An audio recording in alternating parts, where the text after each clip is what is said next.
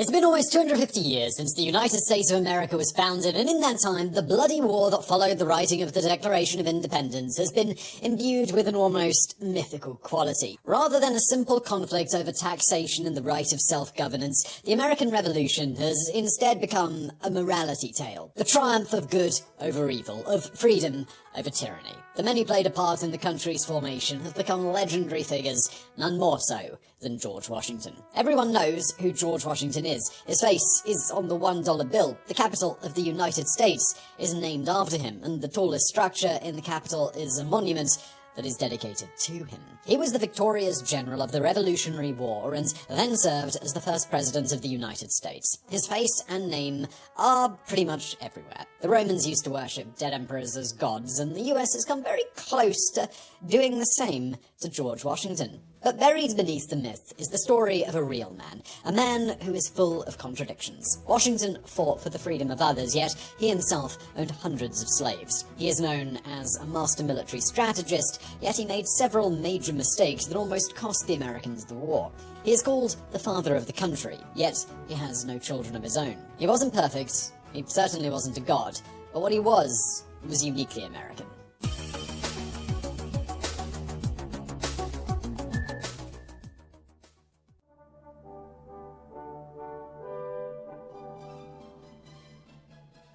George Washington was born on February the 22nd, 1732, in the English colony of Virginia. The Washington family had immigrated to Virginia from England in the 1650s and had become one of the wealthiest families in the colony. They owned several tobacco plantations that were worked by hundreds of slaves, and the wealth this produced for them allowed them to become foremost among the new class of American aristocrats, a status they'd been unable to achieve back in England. Augustine Washington, George's father, was very active in local politics, serving as a justice of the peace and county sheriff. He died suddenly in 1743 when George was 11 years old, and much of the Washington's estate was handled by George's older brother Lawrence, who George idolized. Washington was considered well-educated for a man of his time. He was trained as a land surveyor and showed talent as a mapmaker and a draftsman. But the teenager wasn't content with such a sedate profession, and he craved action and adventure.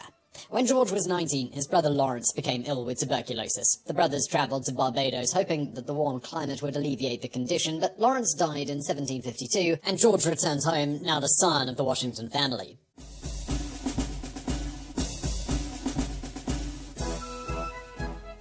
After returning to Virginia, Washington sought a commission in the Virginia Colonial Militia, being appointed as a major by the lieutenant governor of the colony. He joined the military at a very dangerous time. On the frontier to the west of the established British colonies, the Ohio River Valley was being contested by both Great Britain and France, both of whom were building forts at strategic locations to solidify their hold on the territory. Washington was named deputy commander of the Virginia Regiment, the first professional colonial military unit. The regiment was ordered to march to the forks of the Ohio, the future site of the city of Pittsburgh, Pennsylvania, to oppose the French movement there in 1754. On the way there, the commander of the regiment, Joshua Fry, fell off his horse and broke his neck. He died soon thereafter, and command passed to Washington. Washington arrived at the forks and discovered the French had gotten there first and began construction of their own fortress, Fort Duquesne. Washington retreated to contemplate his next move, and he was joined there by a friend he had made the year before, the Sachem of the Mingo tribe, Tanner Charison. Tanner Charison informed him of a force of about 35 French soldiers approaching their position and suggested an attack. On May the 28th, 1754, the two forces confronted each other. What happens next is a matter of dispute. All that is known for sure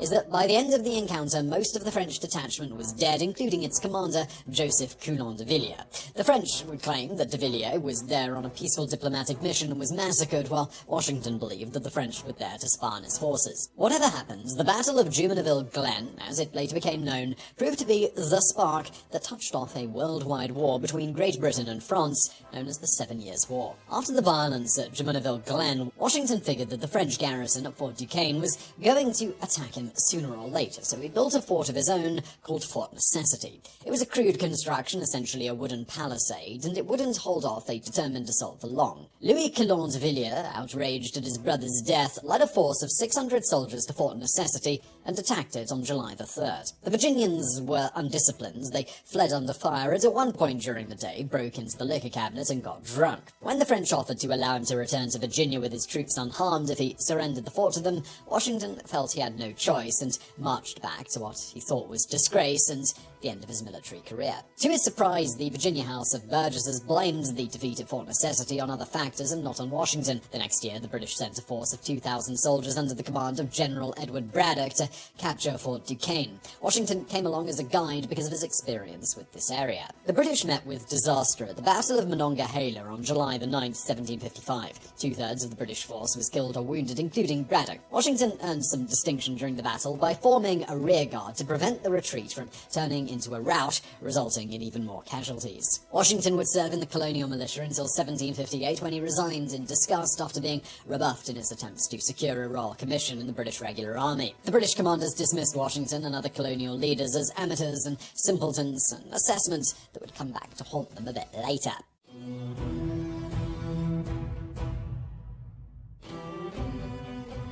In 1759, Washington married Martha Curtis, a young wealthy widow with one of the largest plantations in Virginia. When combined with Washington's own holdings, he was now one of the richest men in the colonies. He delighted in raising his stepchildren, Jack and Patsy Custis, although he and Martha never had any children of their own, despite being married for 40 years. It is believed that a bout with smallpox as a young man had rendered him sterile. Washington entered politics, serving in the House of Burgesses and entertaining people of rank at his estate, Mount Vernon. He grew increasingly concerned throughout the 1760s and early 1770s with the British Parliament's attempts to exert more control over the American colonies through taxes. Washington and many others felt that this was an act of tyranny, since the Americans had no representation in the government that was making the laws that they were subject to. In 1775, the increased tension finally snapped into open conflict in Boston, where British troops under General Thomas Gage were trying to subjugate an increasingly rebellious colonial populace. At Lexington and Concord on April the 19th, British regulars and colonial militia shot at each other for the first time,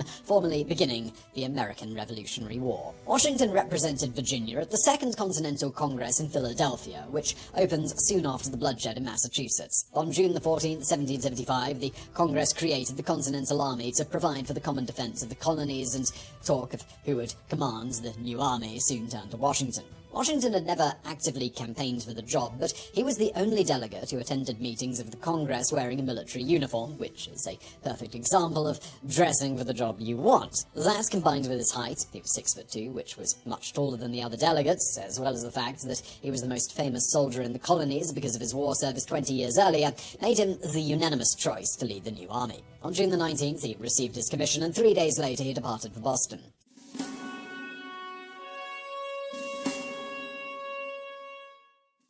When Washington arrived in Boston, he found his army was really a ragtag group of militia units with no real organization. After the battles of Lexington and Concord, the British had retreated back into the city, and the Patriots, as they began to call themselves, had blocked off the land routes into the city and put it under siege. Washington immediately began shaping the militia into a proper army, while keeping the British bottled up in Boston. In October, King George III replaced General Gage with a new commander, William Howe. Finally, in March of 1776, the Continental Army placed cannons on the high ground of Dorchester Heights and began to bombard the British positions in Boston. This compelled Howe to retreat to Halifax by sea, and the Americans had won their first victory. Washington wasn't about to rest on his laurels, however. A few weeks later, he moved his army south to New York City. Washington and Howe both knew that New York was key to controlling the continent, and Washington expected a British invasion force to attack there. He spent the next few months preparing fortifications and continuing to train his troops. British ships began arriving in New York Harbor on the 2nd of July. Morale was boosted in the Continental Army a few days later when word reached them of the ratification of the Declaration of Independence, which stated that the colonies were declaring themselves free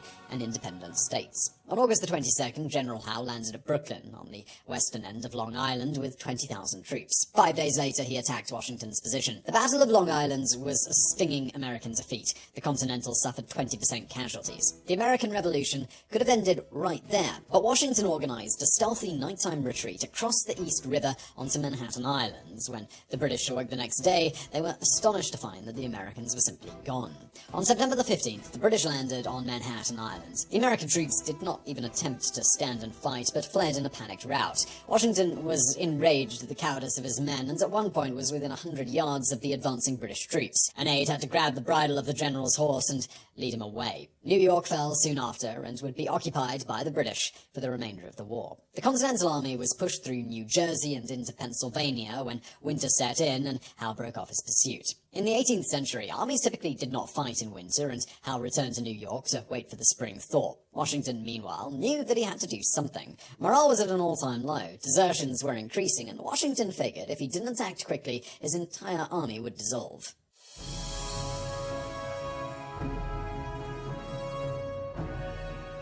Washington had developed an effective spy network by the end of 1776, and he received intelligence that a garrison of 1,500 German mercenaries, Hessians, were in winter quarters near Trenton, New Jersey. They were complacent and not expecting an attack. That was where Washington planned to strike. He hoped a victory would boost patriot morale and lead to a surge in volunteers. On Christmas night, Washington led his army on a stealthy nighttime crossing of the Delaware River into New Jersey, a remarkable military feat. On the morning of December the 26th, the Continentals took the Hessians completely by surprise and took over 800 of them prisoner. They also took tons of crucial supplies and weapons to equip their army with. A few days later, the British attacked Washington's position at Trenton and were repulsed. Then, in another remarkable military maneuver, Washington circled around the British army and attacked the garrison at Princeton, inflicting the third defeat on the British in 10 days. The British retreated from southern New Jersey entirely, and Washington finally went into winter quarters at Morristown.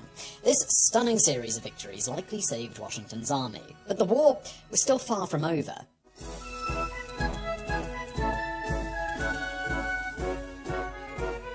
The British plan for the war in 1777 was more complex than the year before. An invasion army led by General John Burgoyne, called Gentleman Johnny for his elaborate uniforms and lavish lifestyle, would advance south from Quebec to take Albany, New York. The goal was to isolate New England, which had the highest concentration of patriots, and was contributing the bulk of volunteers to the Continental Army from the rest of the colonies, which they felt would be easier to control. Howe, in New York, was supposed to send troops to support Burgoyne, but controversially failed to do so, likely due to personal rivalries between the senior British commanders. Instead, in the summer of 1777, Howe set out from New York to capture Philadelphia, where the Continental Congress met. Howe defeated Washington at the Battle of Brandywine, and in September entered Philadelphia. The Congress fled west to York, Pennsylvania, but the real action was taking place in the north, in New York. Gentleman Johnny had led his men into a trap without realizing it, finding himself completely surrounded by an American army commanded by Horatio Gates. The expected help never came, and he was defeated in detail by the Americans in 2 battles at Saratoga in September and October. On October the 17th, he was forced to surrender his army to Gates. The surrender of Burgoyne sent shockwaves around the world, nowhere more so than in Paris. Since the war began, the French government had been looking for a reason to support the American cause, since it would hurt their British rivals. The victory of the Americans at Saratoga convinced King Louis XVI that the Americans could stand up as a fighting force, and entered into a formal alliance with the Americans by the end of 1777. They promised troops, money, supplies, and most importantly, a naval fleet, something the Americans sorely lacked. Horatio Gates, meanwhile, took much credit for the victory, despite not having much to do with the actual battle strategy itself, and he used it to advocate himself to replace Washington as general-in-chief, an attempt that ultimately failed.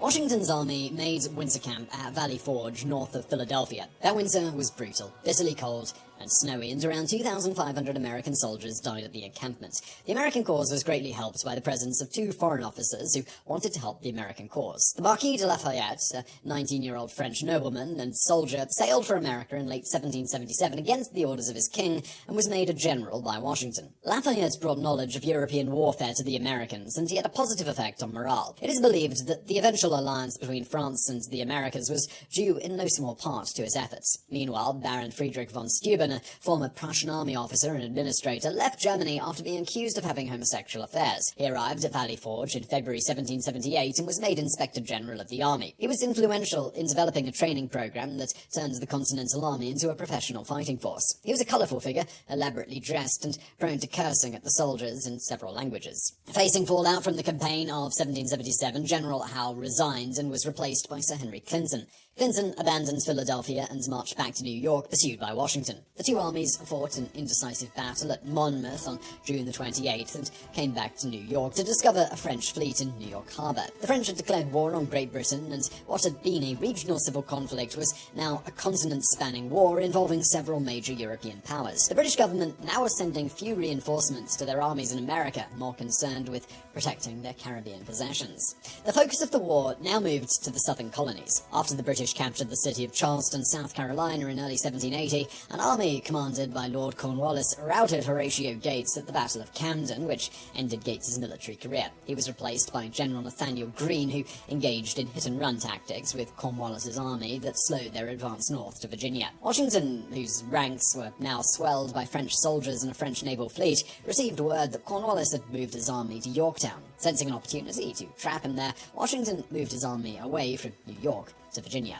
Cornwallis found himself surrounded. He wasn't able to retreat by sea because the French fleet had blockaded it, and Washington's troops had laid siege to his fortifications. After 2 weeks of battle, Cornwallis realized the situation was hopeless. He surrendered to the Allied army on October the 19th, 1781. The war was, for all intents and purposes, over. The defeat at Yorktown caused the collapse of Lord North's government in London and the new government called Peace Talks. In September 1783, the Treaty of Paris was signed, in which Great Britain recognized the United States of America as an independent nation. The last British troops left New York at the end of 1783. Against all the odds and the hardships, George Washington and the Continental Army had won the war and earned America her independence.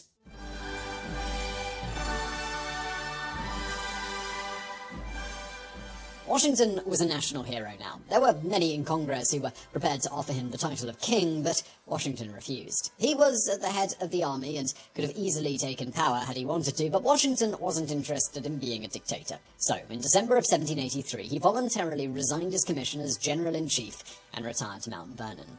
The Articles of Confederation, which governs the new nation, quickly proved to be inadequate, and it became clear that a national constitution was needed to establish a government for the United States. Washington was called out of retirement to serve as president of the Constitutional Convention of 1787 in Philadelphia. There, he oversaw the creation of a document that still forms the basis of American law more than 200 years later, and serves as the basis for national constitutions all over the world. The first election for President of the United States was held in 1788, and Washington was elected to serve as the first president. He was inaugurated in New York City in April 1789. Being the first president, Washington was left to define many of the precedents that still serve the executive branch today. He settled on being addressed as Mr. President, turning down the more elaborate title, His Excellency or His Highness. He gave the first inaugural address and the first presidential address to the assembled houses of Congress. He also formed the executive branch into a cabinet of department secretaries, which still persists to this day. Most of Washington's time as president was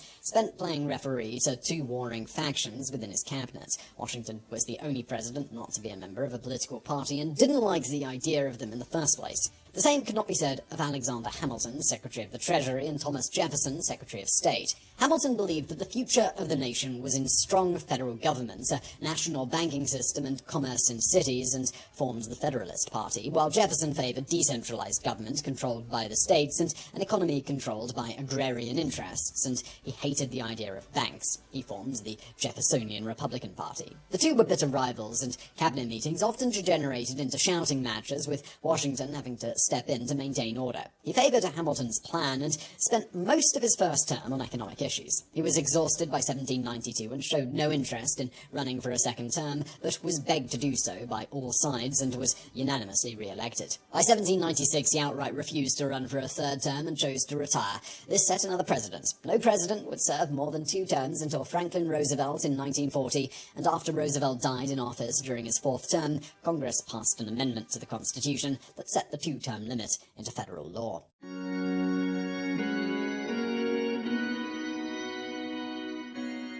Washington again retired to Mount Vernon, Vice President John Adams being elected in 1796 as the second president. During this time, relations with France had deteriorated after the French Revolution, and it seemed like there might be war. Washington accepted the position of Commander-in-Chief of the United States Army in 1798 to defend the country if it was attacked, but no army would appear, and Washington didn't have a field command. On December the 13th, 1799, Washington started suffering from a sore throat. The next day, it was even worse. Doctors were summoned, but disagreed on what was causing the illness and on what to do about it. At one point, nearly a pint of blood was drawn from him, bloodletting being a common medical practice at the time, though it probably just made things worse. At around 10:30 p.m. on December the 14th, George Washington died, aged 67. News of his death touched off a wave of national mourning. At his funeral on December the 18th, General Henry Lee, known as Light Horse Harry, gave the eulogy. In an ironic twist of fate, Lee's son, Robert E. Lee, would be the leading figure in a rebellion against the nation that George Washington played a key role in founding. Washington owned over 300 slaves at the time of his death. Slavery was essential to the building of his family's wealth, but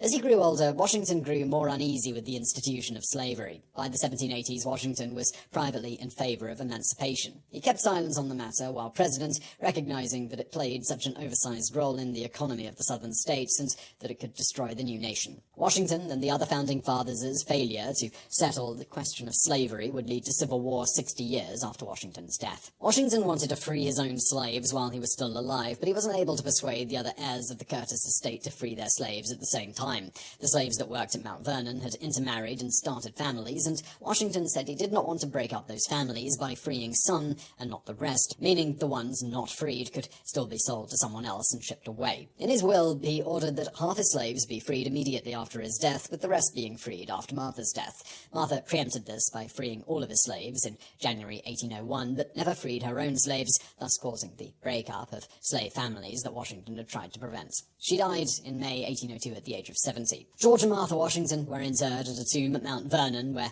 they still are today, despite some attempts by the American government to have them moved to a tomb in Washington, D.C., the new capital that was named after the nation's first president. After his death, memorials and monuments to Washington went up all over the country. In the capital, the 555-foot-tall Washington Monument was completed in 1888. Because of a federal law passed in 1910 to limit the height of buildings in Washington, D.C., the monument is the tallest building in the city, and is likely to remain that way in the future. The myth of Washington outgrew the man Washington was very quickly. A character emerged that was almost godlike, the person every American aspires to be. But we think that his story is interesting enough on its own that it doesn't need to be embellished like that. Washington the man was a far more complicated figure than Washington the myth. But that just makes him more compelling as a historical figure. Perhaps Light Horse Harry Lee said it best in his eulogy of Washington when he described him as first in war, first in peace, and first in the hearts of his countrymen. So I really hope you found that video interesting. If you did, please do hit that thumbs up button below. Don't forget to subscribe, and as always, thank you for watching.